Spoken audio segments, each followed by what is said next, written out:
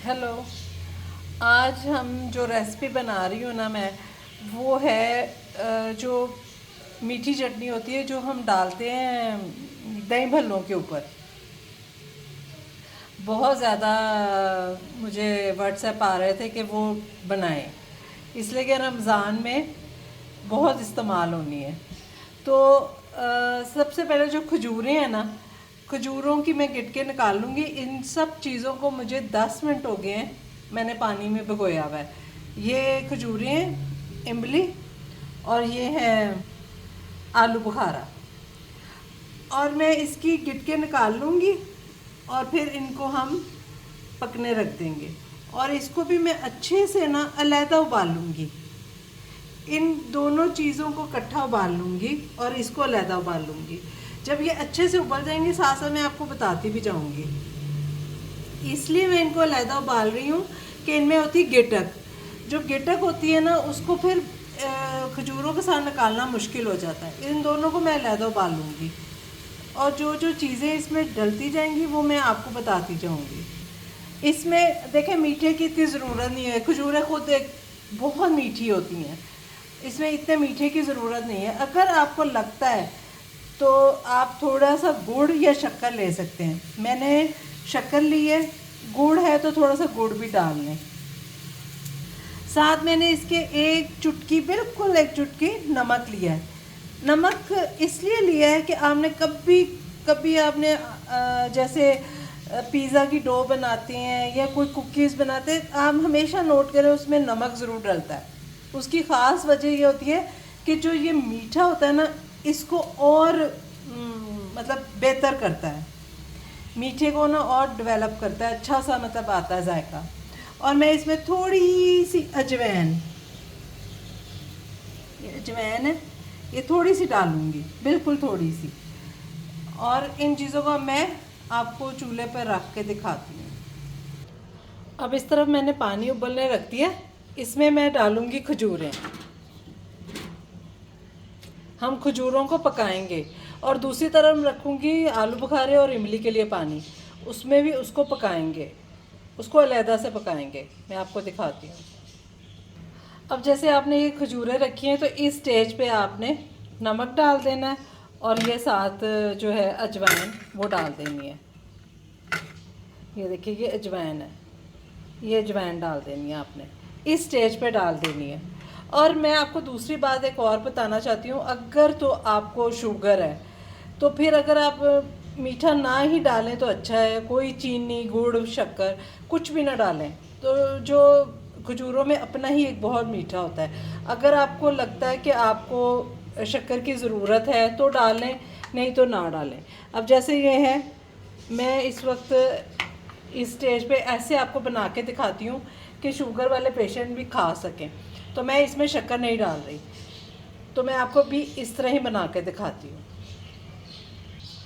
आप सोचते होंगे कि मैंने अजवाइन क्यों डाली है। अजवाइन जो है वो, उसका काम ये है कि अगर आप कोई भी आप बाती चीज़ खाते हैं, जैसे आप इस आलू के पकौड़े या कुछ भी आप बादी चीज़ खाते हैं, तो अजवाइन जो है वो आपको हेल्प करती है हज़म करने में और उसको सही तरीके से डाइजेस्ट करती है।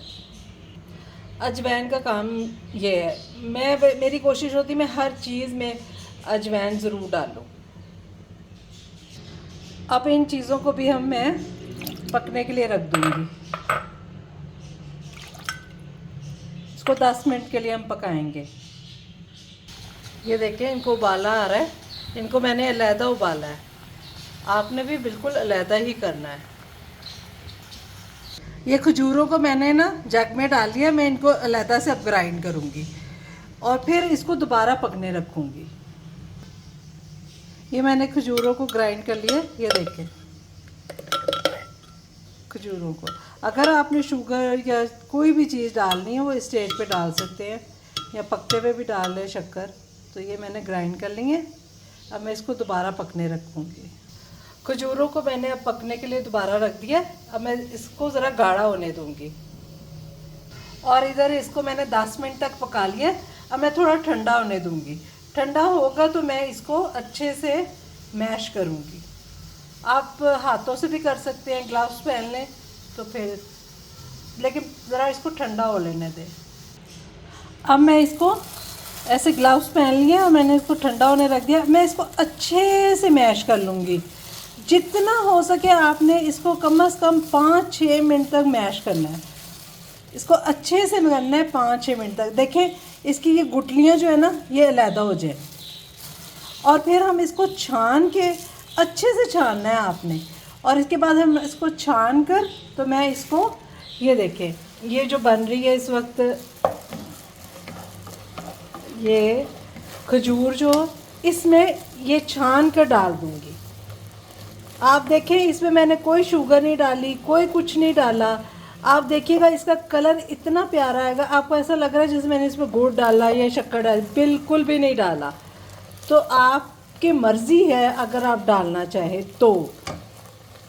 मैंने नहीं डाला, तो मैं अब उसको मैश करके हाथों से, मैंने आपको दिखाया है कि मैं इसको अच्छे से कर लूँगी। इसकी गुठलियाँ बिल्कुल अलहदा कर दूँगी। ये देखें इसकी गुठलियाँ अलहदा हो जाएंगी। इसकी गुठलियाँ अलहदा करके इसको छानूँगी, छान के खजूरों के अंदर डालूँगी। और जितनी मुझे पतली चाहिए, जितनी मैंने रखनी है, तो मैं उतनी ही रखूँगी। जितनी आपको पतली पसंद है उतनी रख लीजिएगा। मुझे ज़्यादा पतली पसंद नहीं है। मुझे जो है वो इसकी जो मतलब ज़रा थिक होनी चाहिए, तो दही भल्लों पे डाल के अच्छी लगती है। और आप पकौड़ों के साथ भी खा सकते हैं। काफ़ी लोग तो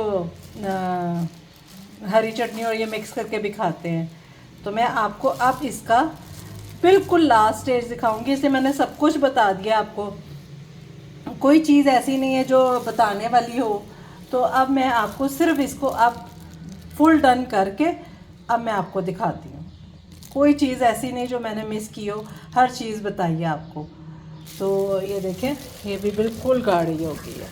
बस अब इसके अंदर वो जो मटेरियल है वो डालना है। ये देखें, ये मुझे जितनी इसकी रखनी है मैं रखूँगी, पतला और गाढ़ा। तो फिर मैं अब आपको सिर्फ लास्ट स्टेज दिखाती हूँ। कुछ पूछना हो तो आप पूछ सकते हैं। अब आप ये देखें, अब ये मैंने इतनी इसको गाढ़ा और पतला रखा है, आपको जितना पसंद हो। और आप अब इसका कलर देख लें, कितना ज़बरदस्त कलर आया है। आपने ये आलू बुखारे का कलर है, मतलब आलू बुखारा जो है वो अपना कलर भी इस तरह, जब आप उसको पकाएं और किसी चीज़ में डालें तो वो इस तरह कलर दिखाता है। तो अब आप ये देख लें कि कितनी ज़बरदस्त बनी है। अब आप इसको दही पकौड़ियों के ऊपर डाल के खाएं।